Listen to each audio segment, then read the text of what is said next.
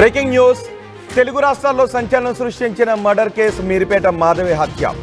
మాధవి భర్త గురుమూర్తి మాధవిని చంపి ఆ తర్వాత ముక్కలుగా నరికి ఉడికించి పొడించేసి చెరువులో కలిపేసిన ఘటన తెలుగు రాష్ట్రాల్లో సంచలనం సృష్టించింది. ఈ కేసులో పోలీసులు కొన్ని రోజుల పాటు సాక్ష్యాలను సేకరించడానికి చాలా కష్టపడాల్సి వచ్చింది. ఈ కేసులో పోలీసులు ఇప్పుడు రిమాండ్ రిపోర్ట్లో చాలా సంచలన విషయాలు పేర్కొన్నారు. మాధవిని గురుమూర్తి ఒక్కడే చంపలేదు అని పోలీసులు అనుమానాలు వ్యక్తం చేస్తున్నారు. గురుమూర్తి చెప్తున్నాడు మాధవిని నేను ఒక్కడనే చంపాను అని చెప్తున్నాడు. ఆ రోజు సినిమాకి తీసుకువెళ్ళాడు, తర్వాత ఇంటికి తీసుకొచ్చి గొడవ జరిగింది.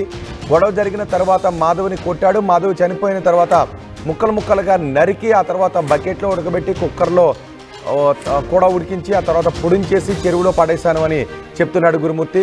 తను ఒక్కరినే ఈ పని చేశానని చెప్తున్నాడు.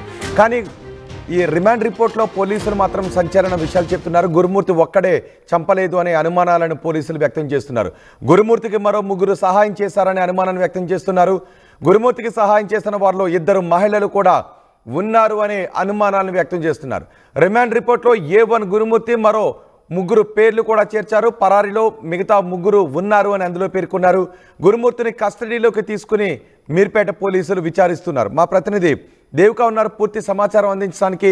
దేవిక, తెలుగు రాష్ట్రాల్లోనే సంచలనం సృష్టించిన కేసు మీర్పేట కేసు. మాధవిని గురుమూర్తి ఎంత దారుణంగా కర్కశంగా చంపాడో, సొంత భార్యను కర్కశంగా చంపి పొడుంచేసి చెరువులో కలిపేశాడు.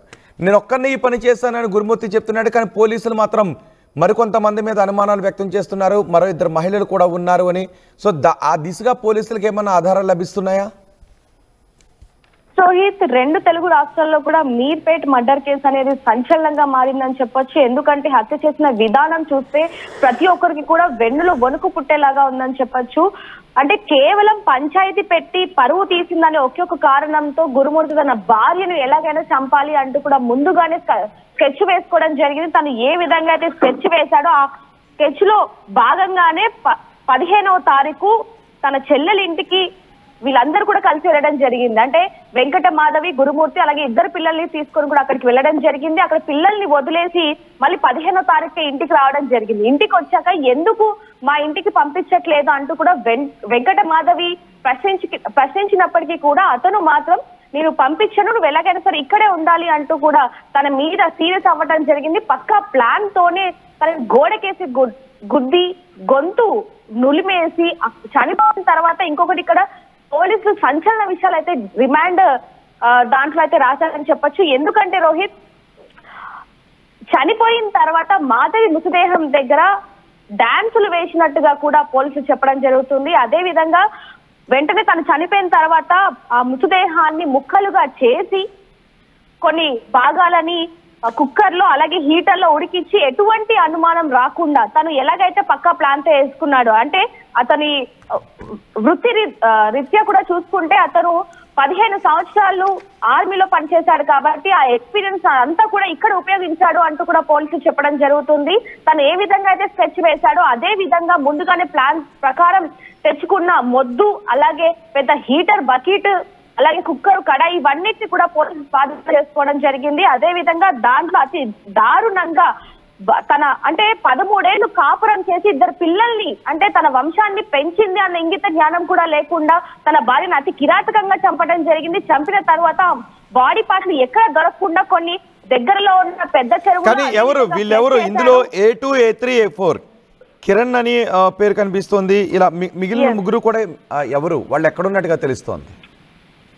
ఎస్ రోహిత్, ఏదైతే 10 పేజీల రిమాండ్ ఆధారాలతో చూసుకుంటే గనక రిపోర్ట్లో చూసుకుంటే గనక 20 సాక్ష్యాలను కూడా పోలీసులు అందులో గుర్తించడం జరిగింది. ముఖ్యంగా కుటుంబ సభ్యులు ఎవరైతే A2గా, A3గా, A4గా ఎవరైతే ఉన్నారో వాళ్ళు గురుమూర్తి కుటుంబ సభ్యులు అంటూ కూడా పోలీసులు చెప్పడం జరుగుతుంది.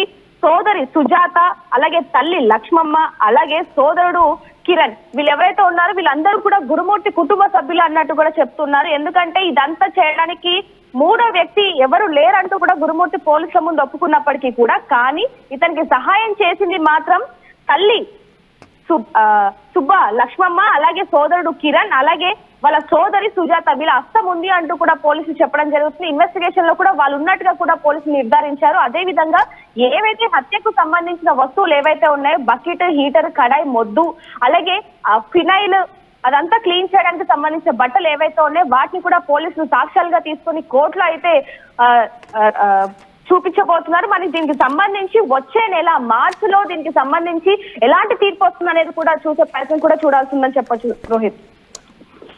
రైట్ దేవిక, తెలుగు రాష్ట్రాల్లో సంచలనం సృష్టించిన కేసు మీర్పేట మాధవి హత్య కేసు. భర్తే దారుణంగా భార్యను చంపి ఆ తర్వాత ముక్కలు ముక్కలుగా నరికి ఆమెను పొడుంచేసి చెరువులో కలిపేశాడు. ఎక్కడ కలిపాడు, ఆ చెరువు దగ్గర కూడా వెళ్ళి చూపించాడు. కానీ ఇదంతా తను ఒక్కనే చేశాను అని పోలీసుల గురుమూర్తి చెప్తున్నాడు. కానీ పోలీసులు మాత్రం మరో ముగ్గురు ఇందులో ఉన్నారు అంటూ మరో ముగ్గురిని కూడా రిమాండ్ రిపోర్ట్లో పేర్కొన్నారు.